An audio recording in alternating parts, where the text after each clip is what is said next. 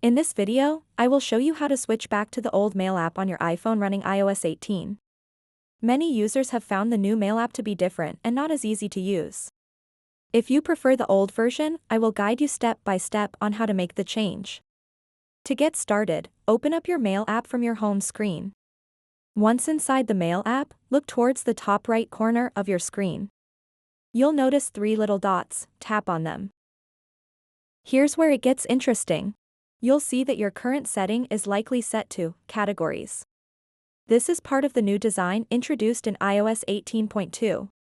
To switch back to that familiar old Mail app interface, simply select List View from this menu.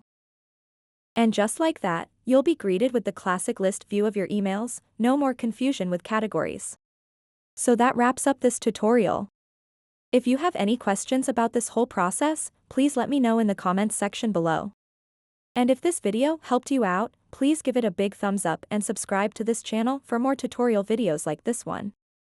Thank you so much for watching and have a good day.